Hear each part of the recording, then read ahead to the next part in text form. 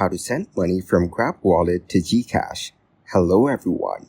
In this video, I will show you how to send money from Grab Wallet to Gcash. First, navigate to the Grab Wallet app on your phone.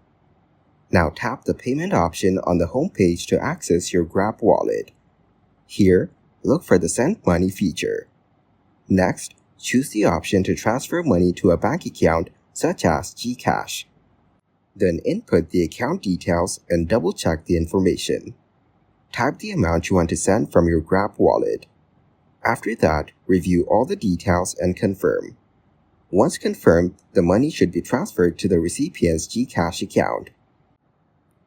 Thank you guys for watching this video. Hope you got some value. Make sure to like the video and subscribe to the channel to get notified of new videos. See you in the next one.